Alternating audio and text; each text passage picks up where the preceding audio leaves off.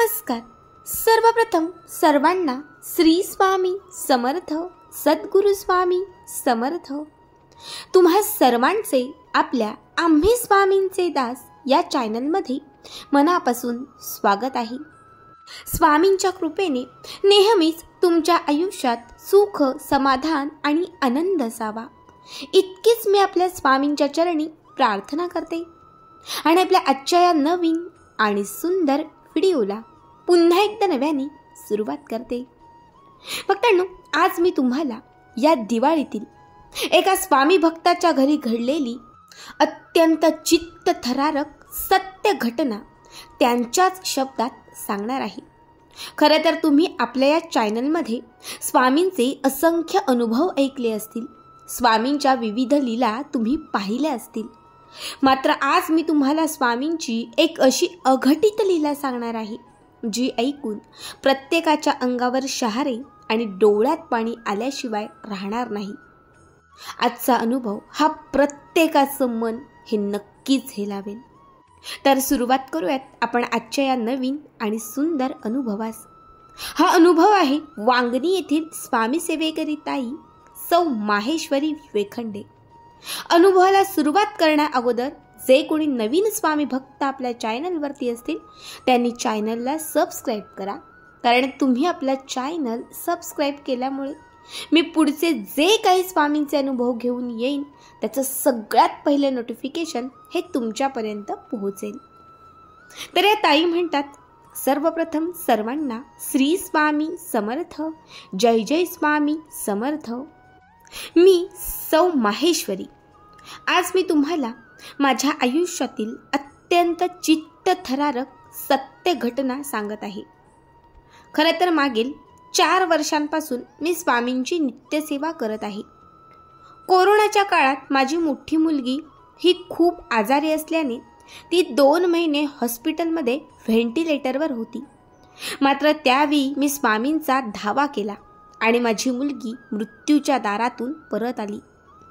तेव्हापासून मी स्वामी सेवेत आहे. खरं तर त्याच वेळी मी घरामध्ये स्वामींची एक मूर्ती आणि फोटो आणला. खरं तर मूर्ती आणि फोटो हे आमच्याच जवळ असणाऱ्या एका मठातून मी घरी आणलं. त्याची स्थापना झाली. तेव्हापासून मी दररोज स्वामींची नित्यसेवा नित्यनियमाप्रमाणे करत असते. प्रत्येक गुरुवारी मी स्वामींच्या मूर्तीवरती पंचामृताने अभिषेक घालते. दररोज स्वामींचा फोटो पुजते. जशी जमेल तशी सेवा मी नित्यनियमाने करत असते. खरं सांगायचं तर जिथून स्वामींची मूर्ती आमच्या घरात आली तिथून आमच्या घराची भरभराट झाली. माझे पती कुठेही कामाला नव्हते. मात्र स्वामी घरात आले आणि माझ्या पतीला चांगले काम मिळाले. माझ्या 2ही मुलींना अभ्यासात यश मिळू लागले. अगदी आमचे सगळे वाईटाचे जे दिवस होते हे पालटून गेले. मात्र या दिवाळीत आमच्यासोबत अत्यंत भयानक घडले.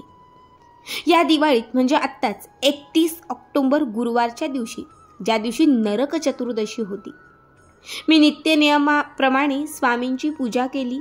मूर्तीवरती पंचामृताने अभिषेक घातला, पुरुष सूक्तम म्हटलं, 11 वेळा तारक मंत्र, 11 माळी श्री स्वामी समर्थ जप, ह्या सगळ्या माझ्या सेवा झाल्या. त्यानंतर स्वामींना मुजरा करून मी घरातली कामं आवरू लागली. माझी दिवसभराची भरपूर कामं झाली. दिवाळी असल्याने दिवाळीचा थोडासा फराळ बाकी होता, तो देखील बनवून झाला. बघता बघता संध्याकाळचे 6 झाले आणि मग मी संध्याकाळच्या स्वयंपाकाची तयारी करू लागली. गुरुवार असला की त्या दिवशी मी स्वामींना पंचपक्वान्नाचं नैवेद्य अर्पण करायची. मग त्याची तयारी मी संध्याकाळी 6 वाजेपासूनच करायची. आत्ताही नेहमीप्रमाणे श्री स्वामी समर्थ, श्री स्वामी समर्थ, श्री स्वामी समर्थ, श्री स्वामी समर्थ हा जप करत करत मी स्वयंपाक करत होती. कारण मला सवय आहे, दिवसभर मी प्रत्येक काम करत असताना मी स्वामींचा जप करते आणि स्वामींचं नामस्मरण करून मगच मी ते काम पूर्ण करते. खरं तर महाराजांचा जप करत होते, मी किचनमध्ये भाजी चिरत होते आणि त्याच वेळी एक जोरात आवाज आला. काहीतरी पडल्याचे जाणवले. मी स्वयंपाकघरातून धावत लिव्हिंग एरियामध्ये आले आणि बघितले तर श्री स्वामी समर्थ महाराजांची मूर्ती ही देवघरातून खाली पडली आणि महाराजांचे डोके हे शरीरापासून वेगळे झाले. माझे अंग कापायला लागले. मला सुचत नाही काय करावे. एका क्षणाला हा भास आहे असेच वाटले. कारण ज्या मूर्तीला मी 5 वर्ष जपले, खरं तर माझ्यासाठी ते साक्षात रूपी स्वामी होते, ती मूर्ती नव्हती. माझी सगळी सुख दुःख मी तिथे व्यक्त केली होती. मी दररोज तिथे सेवा करत होते. मात्र गुरुवारच्याच दिवशी हे सर्व घडले आणि मी अगदी जोरजोराने रडू लागली. त्या दिवशी मिस्टर देखील थोडे उशिराने येणार होते, कारण दिवाळीच्या सुट्ट्यांमुळे त्या दिवशी ऑफिसचा शेवटचा दिवस आणि लोड थोडा जास्त होता. मला काय करू सुचत नाही. मी ती मूर्ती उचलून माझ्या हृदयाजवळ धरली. स्वामींची मी माफी मागू लागली. माझं काही चुकलं मी स्वामींना विचारू लागली. गुरुवारच्या दिवशी हे काय घडले, स्वामी असे का घडले, असं मी सतत स्वामींना विचारत होते. मी ती मूर्ती आणि महाराजांचे ते डोके जसे उचलले तसे माझ्या अंगावरती थरथरून शहारे आली.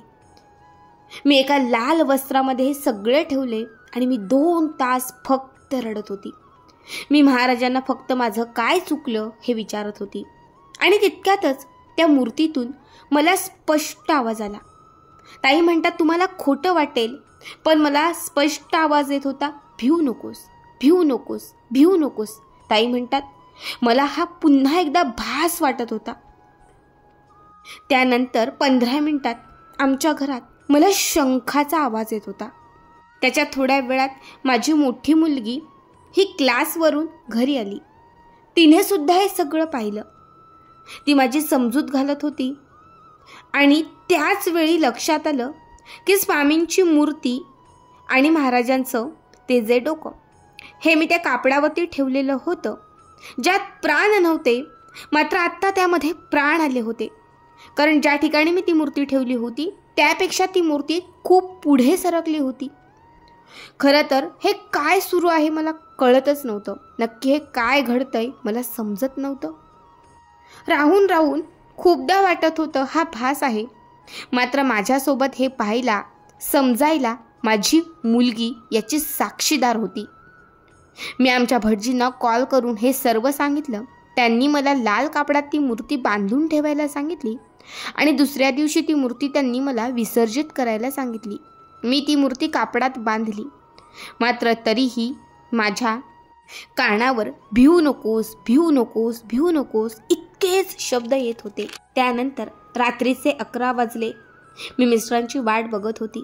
दाराची बेल वाजली आणि मी दरवाजा उघडला तर माझे मिस्टर माझ्यासमोर एका विचित्र अवस्थेत उभे होते. संपूर्ण कपडे फाटले होते. जी माती असते ही माझ्या मिस्टरांच्या संपूर्ण शरीराला लागली होती. आता हा काय प्रकार मला कळेना. मी आणि माझी मुलगी आणि दोघी खूप घाबरलो. ते घरात आले. मी त्यांना पाणी दिलं. त्यांना आम्ही विचारत होतो काय घडले काय घडले, मात्र ते सांगतच नव्हते. मग आम्ही त्यांना घेऊन हॉस्पिटलमध्ये गेलो. जेव्हा आम्ही हॉस्पिटलमध्ये गेलो तेव्हा डॉक्टरांनी त्यांना चेकअप केले आणि त्यावेळेस डॉक्टरांनी त्यांना विचारले काय झाले. तेव्हा त्यांनी आम्हाला सांगितले की आज खूप मोठा ॲक्सिडेंट झाला. एका कंटेनरची धडक लागून 4 बाईक चिरडल्या. त्यात सगळे जाग्यावर गेले. मात्र माहिती नाही माझे प्राण कसे वाचले. इतकी मोठी धडक होती, मात्र तरीही माझ्या शरीराला माझ्या केसांना धक्काही लागला नाही. खरं तर हे सगळं आज मी माझ्या डोळ्यांनी पाहिलं आणि त्यामुळेच माझं मन खूप घाबरलं. जी धडक बसली त्यात सगळे जाग्यावर गेले, मात्र मला खूप लांब फेकले गेले.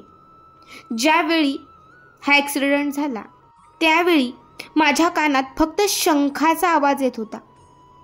मला जिथे त्या गाडीने फेकले तिथे एक चहाची टपरी होती आणि त्या टपरीवर एक स्वामींचा बॅनर असलेला फोटो होता आणि तो माझ्या अंगावर पडला आणि फक्त त्यामुळे मी वाचलो.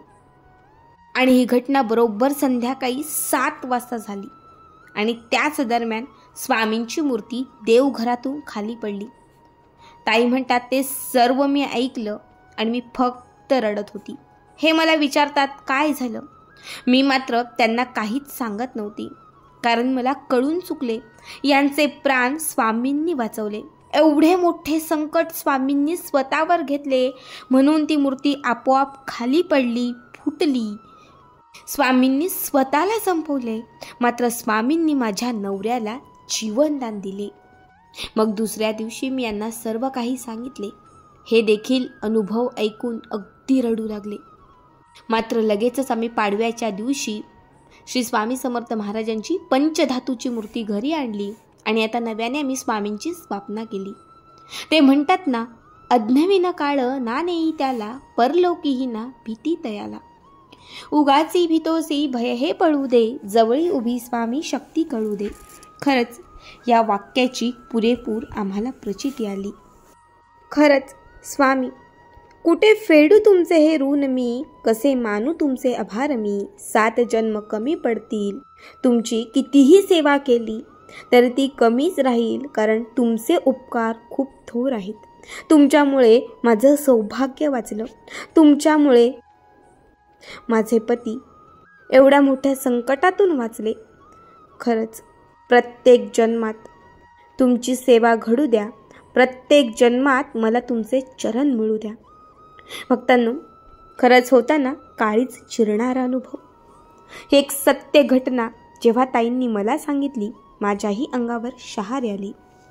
कोण कोणाला आजचा हा अनुभव मनाला लागला, कोण कोणाला आजची ही प्रचिती आवडली, त्यांनी कमेंटमध्ये श्री स्वामी समर्थ लिहा आणि असे छान छान अनुभव ऐकण्यासाठी चॅनलला सबस्क्राईब करा आणि जितके शक्य होईल तितक्या लोकांना आपला आजचा हा अनुभव नक्कीच शेअर करा. कारण स्वामी सेवेचा प्रसार ही सर्वात मोठी सेवा आहे आणि जो भक्त ही सेवा करतो त्याच्या पाठीशी स्वामी हे सदैव असतात. श्री स्वामी समर्थ, सद्गुरू स्वामी समर्थ.